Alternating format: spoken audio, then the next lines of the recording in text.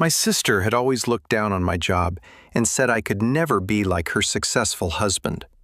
Years later, when his business collapsed, my parents demanded I sell everything I owned to bail him out. I am 32 male, and I run a custom metal fabrication shop, which is apparently the most embarrassing thing a man can do, according to my family. 5 years back, I got married to Elise under the big oak tree on my grandmother's land. We set it up the way we wanted: hay bales for seats, wildflowers everywhere, a barbecue pit that had the whole clearing smelling incredible. My crew showed up in work boots. Elisa's friends brought homemade desserts and wore sundresses. It was perfect. My family treated it like community service. Dad rolled up in his Mercedes, checking his watch every 5 minutes like he had somewhere better to be. Mom kept looking around with this pained expression, probably doing mental math on how much we had saved by not renting a country club. My sister Bianca showed up with Reed, her husband, both dressed like they were going to a Forbes gala. The ceremony went fine. My buddy Ben was my best man, and when the officiant did the speak now or forever hold your peace bit, Ben fake coughed and said, "Can we skip to the food part?" Got a good laugh. Then came the speeches. Ben went first. Told a story about a steel shelf I had welded in college that collapsed and nearly took out our roommate. Everyone laughed. Then Reed got up. My brother-in-law had this look on his face, the same one he gets whenever he thinks he is smarter than everyone else in the room. He was 4 years older than me, and he had made sure everyone knew those years made all the difference. He had gone to business school. He worked in finance. He made real money, not metal shop hobby cash, to wait in a lease. He started raising his glass. The crowd followed. Honestly, when Bianca told me her brother was getting married, I thought she was joking. I figured his one true relationship was with his welding torch. Some of his finance buddies laughed. My friends did not. But then I met Elise. She is very earthy. He said it like describing someone who had not figured out how society worked. Makes sense. He works with metal, she works with plants. Match made in a hardware store. I felt Elisa's grip tighten on my hand. She was smiling, but I could see the edge in her eyes. Reed was not done. I remember when Bianca and I first started dating. She would tell me stories about Wade spending hours building go-karts and random metal projects. Meanwhile, I was reading about market trends and managing my portfolio. Some of us were born to build empires, but society needs both, right? Someone has got to make the fixtures for the boardroom. More laughs from his side. My buddy Shane muttered something that would have started a fight if we were not at a wedding. Then Bianca stood up beside him. "I just want to add," she said, her voice dripping with that fake nice tone, "that I am so proud of my little brother for finding someone who appreciates his unique lifestyle. Elise, you are so brave for embracing this whole rustic living thing. I could never give up my weekly spa appointments and shopping trips, but I admire your commitment to simplicity." When Dad gave his speech, he might as well have been reading off a grocery list. He stood there in his 1,000 suit, looking around at the setup like it physically hurt him, and delivered what amounted to a speech about how disappointed he was in my choices. WDE has always walked a different path, he said. We wish him and Elise the best. That night, after everyone cleared out and it was just Elise and me cleaning up, she found me standing by the oak tree. "They are not worth it," she said quietly. "I know what we are building here. It is real. It matters. They are just too busy keeping score to see it." She was right. But standing there on what should have been the best night of my life, all I could think about was how my own family saw me as the guy who could not cut it. The failure who married down and settled for simple. I did not know it then, but that speech was going to look real stupid later. They thought they knew who I was. They had no idea. 3 years after the wedding, life had settled into a routine. I was running the shop full-time, doing custom metal fabrication that put decent money in the bank, enough that we were not worried about bills. I had landed contracts with a few commercial builders who wanted custom railings and architectural metalwork. The work was steady. What my family did not know was that I had been experimenting. For the past 6 years, going back to before I even met Elise, I had been working on something in the back corner of my shop. I had been trying to figure out a way to treat steel and aluminum at the molecular level to make it stronger, more corrosion-resistant, lighter weight, all without wrecking the environment. It started because I was tired of seeing outdoor metalwork rust out after a few years. I started reading materials, science journals, reaching out to metallurgy professors online, running tests in my spare time. Ely, who had a background in environmental chemistry, helped me understand the technical side. She would come home from her job at the conservation center and find me covered in metal shavings and chemical compounds trying to crack the code. After 4 years of failed experiments and ruined test pieces, I finally got it right. The formula worked. Metal treated with my process became way stronger and basically rust-proof while staying environmentally safe. I tested it every way I could think of, left pieces outside through 2 winters, subjected them to salt spray tests, stress tested them to failure. The metal held up better than anything I had seen. So 2.5 years ago, I did something I did not tell anyone about except Elise. I filed for patents, 4 of them, covering different aspects of the process and key applications. Then I set up an LLC, moved some assets around for legal protection, and started shopping the technology to manufacturers. I called the company Titan Coding Systems, kept it quiet. I was not trying to hide it. I just did not want to hear my family's take while I was building something real. The first year, nothing happened. The second year, I got interest from a regional coatings manufacturer. By year 3, which was about 6 months before everything went down, I had licensing agreements with 2 solid companies, and the business was valued at around $3.8 million. From the guy who welded railings. The money from Titan Coating was tied up in business accounts being managed by people who understood corporate finance. Elise and I still drove our old trucks, still lived in the same house. Nothing changed on the outside. My family, meanwhile, was living their best social media life. Reed had quit his corporate job to start his own investment firm. He was all in on real estate development and getting in early on the next big thing, making aggressive plays while everyone else was being conservative. Dad talked about him like he had personally invented capitalism. Bianca had turned herself into a full-time influencer, posting constantly about luxury. Everything Reed was her star content, the brilliant young investor shaking things up. She had quit her job as an event planner the moment Reed's firm took off, deciding her new career was documenting their perfect life online. They had bought this massive house in an expensive neighborhood. Bianca posted about it constantly. The custom closet for her designer bags, the wine cellar Reed had installed, the home gym. We got invited to their housewarming party. I almost declined, but Elise convinced me to go. I spent a week fabricating them a coffee table, custom steel frame with a tempered glass top, all TIG-welded joints that looked like art, powder-coated in matte black. I was proud of the piece. Bianca took one look at it and her smile went plastic. "Oh, thank you so much." She set it down in the corner and immediately forgot about it. The whole night was just them showing off. Bianca dragged Elise around like a charity case, introducing her to her influencer friends with this pitying tone. "This is my sister-in-law, Elise. She works in conservation, very noble living, on practically nothing to save the trees." The women would look Elise up and down, taking in her simple dress and practical shoes, then turn back to Bianca to talk about the new Chanel collection. Reed kept me cornered with his finance buddies most of the night. At one point, he patted my shoulder. "Good for you, man. Honest work. The world needs guys like you.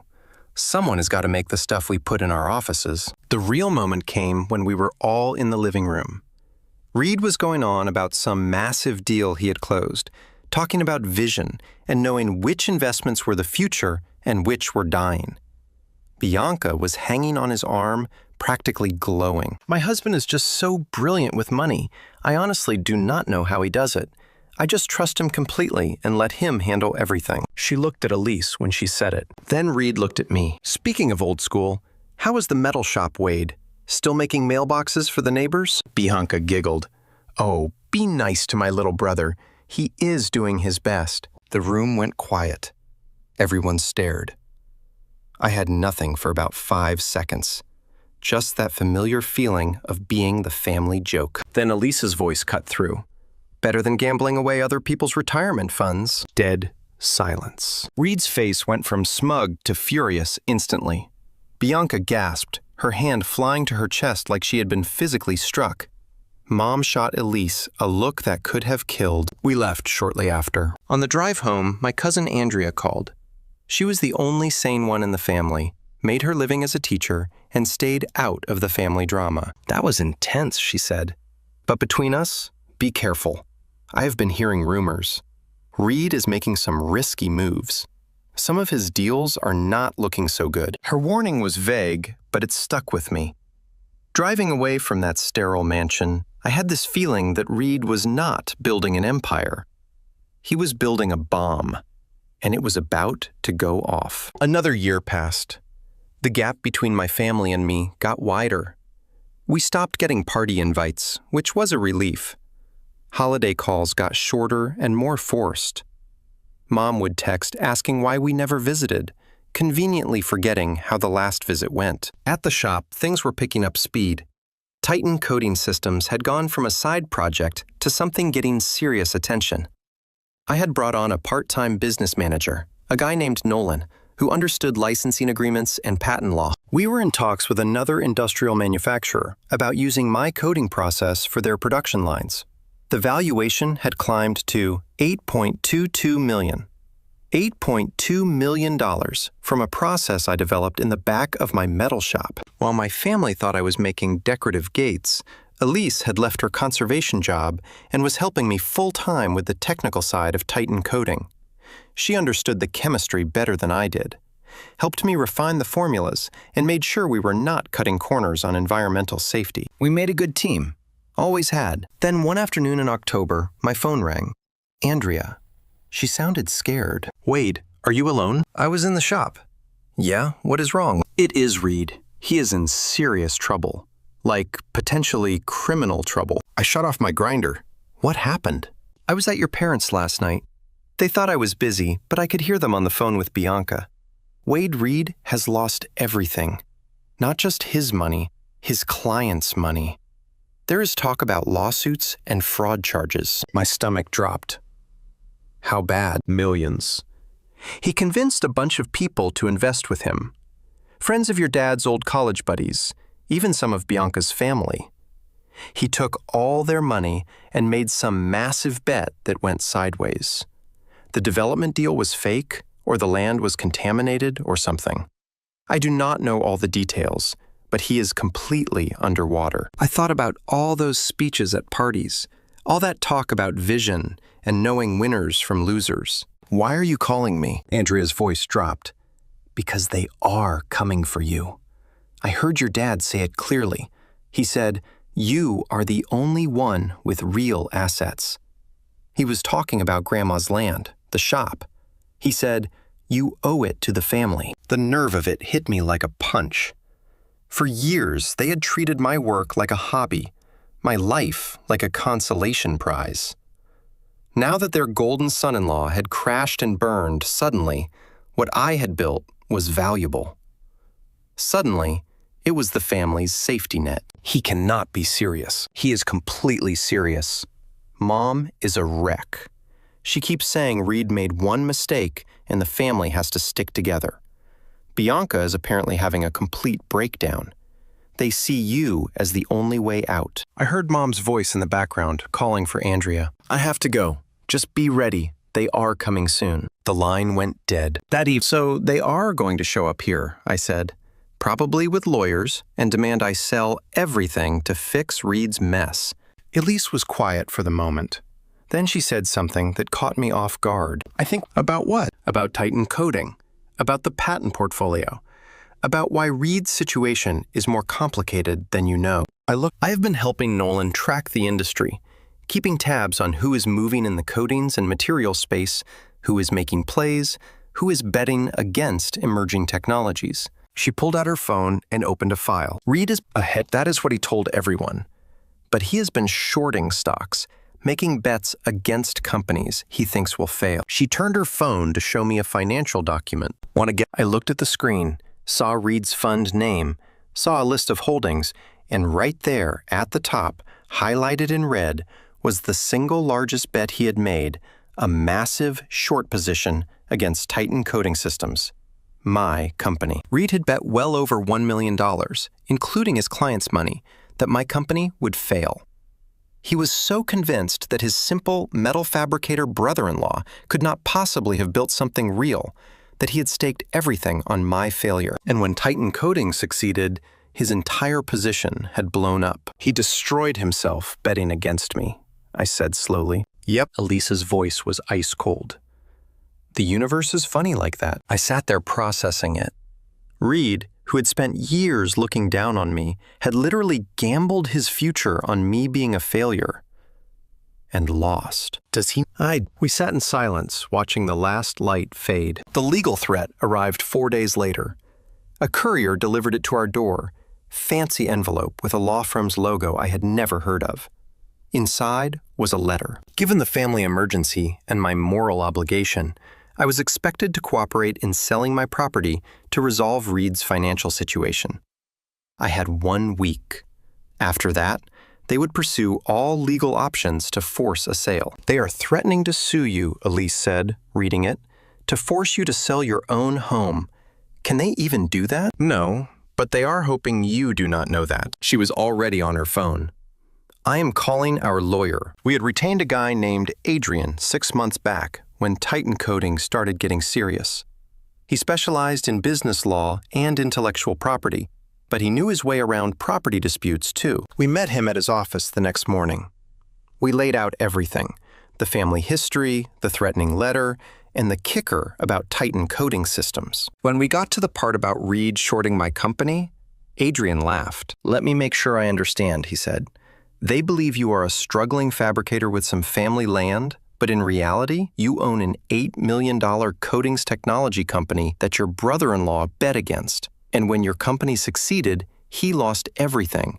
And now they want you to sell the land that is actually a corporate asset to bail out the guy who tried to profit from your failure." Yep. Adrian leaned back, shaking his head with a grin. "This is incredible. It is like watching someone punch themselves in the face and blame you for their broken nose." He explained that their legal threats were garbage. The land had been transferred to Titan Coding's corporate structure 2 years ago for liability protection. I could not sell it even if I wanted to. Any judge would laugh their case out of court in about 30 seconds. "So what do we do?" I asked. "Nothing. Let them make the next move. When that deadline passes, they will not file a lawsuit because any lawyer worth their license will tell them it is hopeless. They will come in person. And when they do, I want to be there." Why? Because the deadline came and went. Friday passed with no word. Saturday and Sunday were quiet. I almost thought they had given up. Monday morning proved me wrong. I was in the shop setting up a program on my CNC mill when I saw the cars, 3 of them, coming down the long driveway. Dad's Mercedes, Reed's Lexus, which looked less impressive than it used to, and a third car I did not recognize. I shut down the machine, walked to the house, and found Elise at the window, phone already out. "They are here. I see them." She hit a button. "Adrian, it is time." Short pause. "Perfect. See you soon." She hung up, looked at me. "Our lawyer will be here in 20. Until then, we listen. Let them talk." The cars stopped. Doors opened. Dad got out first, looking 10 years older than I remembered. Mom followed, eyes red like she had been crying the whole drive. Bianca stepped out, and she looked wrecked. Reed followed, looking worse. Lost weight, dark circles under his eyes. The third car produced a man in an expensive suit with a briefcase. Their lawyer, probably. They did not knock. Dad just opened the shop door and walked in like he owned the place. Everyone followed. I was standing by my main workbench, Elise beside me. We did not move. "Wade," Dad's voice was strained.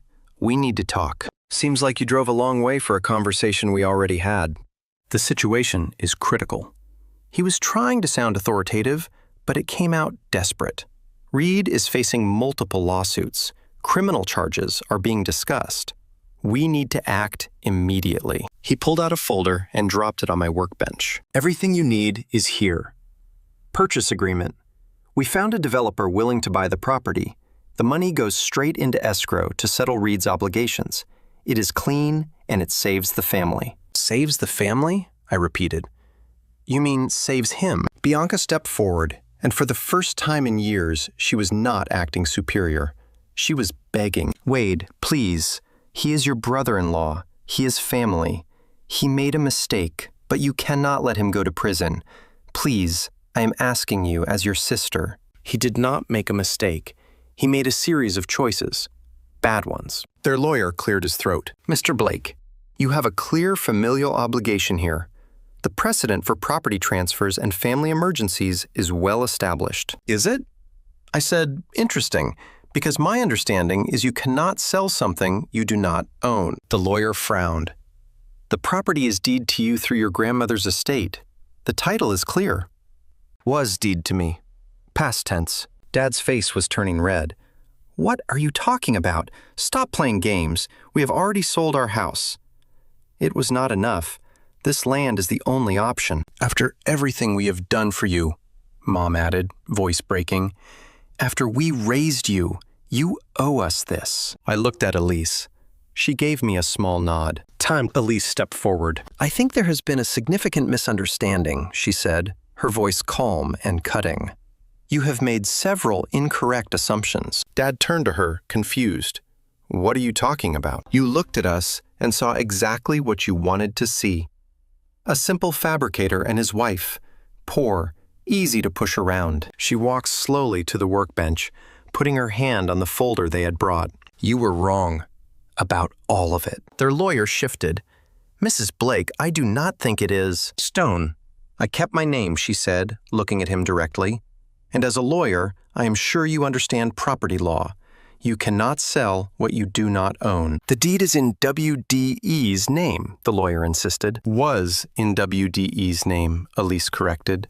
2 years ago, this property was transferred to Titan Coating Systems LLC as a corporate asset. Wade is the founder and majority owner of that company, which means legally this land belongs to his corporation, and he is definitely not selling." Dead silence. Dad's mouth opened. Mom looked confused. Their lawyer's face went from confident to worried, but Reed had gone completely white. He was staring at me now, really looking at me for the first time in years, and I could see the wheels turning in his head. "Titan Coating Systems," he said quietly. His voice sounded hollow. "That is right," I said. "Heard of it?" "That is not. You are a metal fabricator." "I'm a fabricator," I agreed. "I am also the founder of a coatings technology company that is currently valued at over $8 million. But you knew that already, did you not, Reed?" Bianca was looking between us, mascara streaked. "What is he talking about? Reed, what is going on? What is he talking about?" Dad demanded, looking at Reed. I walked over to my workbench, opened a drawer, and pulled out a file. I had it ready for days, knowing this moment would come. Inside were financial documents, patent filings, and one particularly interesting quarterly report. About 6 years ago, I started working on a chemical coating process for metal. Took me 4 years to crack it. Filed patents, started a company, operated quiet, built something real, while you all assumed I was making garden gates. I pulled out one specific document and held it up. "This is a financial filing from your hedge fund, Reed. Public record. Shows all your major positions. Want to guess what your biggest bet was?" He did not answer. Could not answer. "You shorted Titan Coating Systems. Put well over $1 million into it. Your client's money. You were so convinced it was an overhyped materials tech scam that you bet everything on it failing." I set the paper down. "When it did not fail, when it succeeded, your entire position blew up. You lost everything because you bet against me." Dead silence. Bianca's legs gave out. She collapsed onto the floor, sobbing. No, you could not have known it was his company." "Of course he did not know," Elise said. "We registered the company under my maiden name for privacy. To him, Titan Coating was just another startup to short." Dad finally found his voice. "This is impossible. You are lying. You do not have that kind of money." "You live in this simple country house," I finished. "Yeah, because unlike you, I do not need to advertise my success. I do not need a mansion to prove I am worth something. I built a company that creates value instead of just moving money around. Reed was shaking. Bianca was wailing now, full hysterics. This cannot be happening. You were supposed to be the one who needed us. Just then, another car pulled up outside. Adrian, our lawyer, right on time. He walked in, took one look at the scene, and grinned. Am I late? Perfect timing, Elise said. He set down his briefcase and pulled out his own file. For the record, I am Adrian, representing Wade Blake and Titan Coding Systems. I have reviewed the materials your firm sent. He looked at their lawyer. You are Brian from Preston and Moore, correct? Their lawyer nodded weakly. Good. Then I can tell you directly that your demand letter is legally worthless. Any attempt to force a sale would be dismissed immediately. And given the circumstances, I would probably file a harassment suit on top of it. He said it casually. Furthermore, Adrian continued, pulling out another document, I have done some digging into Mr. Reed's financial situation. The short position against Titan Coding Systems was not just bad judgment. There is evidence of misrepresentation to investors, telling them the short was based on insider information when it was actually just a hunch. That is securities fraud. Reed made a sound like he had been punched. I have not turned this over to the SEC yet, Adrian said. I wanted to give you all a chance to walk away quietly first. Their lawyer was already packing his briefcase. He headed for the door without another word. Mom started crying. How could you do this to us? We are your family. Family does not spend 30 years making you feel worthless. Family does not bet against your success and then demand you destroy yourself to save them from their own stupidity. I walked to the door. Get out of my shop. Get out of my life. None of them moved at first. I think they could not process that I was serious. Now, I said. Bianca was still on the floor, sobbing. Reed had to physically lift her up. Dad tried one last time. Son, you do not understand what you are doing. The consequences are yours to deal with. They shuffled out, looking defeated.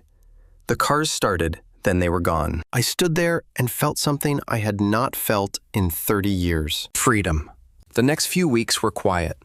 No angry calls, no desperate texts, just silence. Adrian kept me updated on the legal situation. Reed was drowning in lawsuits. 3 of his major investors had filed civil suits.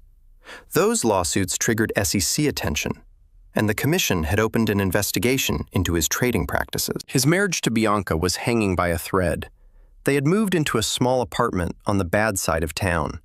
Bianca had deleted all her social media accounts. Dad and Mom had sold their house at a loss and were renting a small condo somewhere.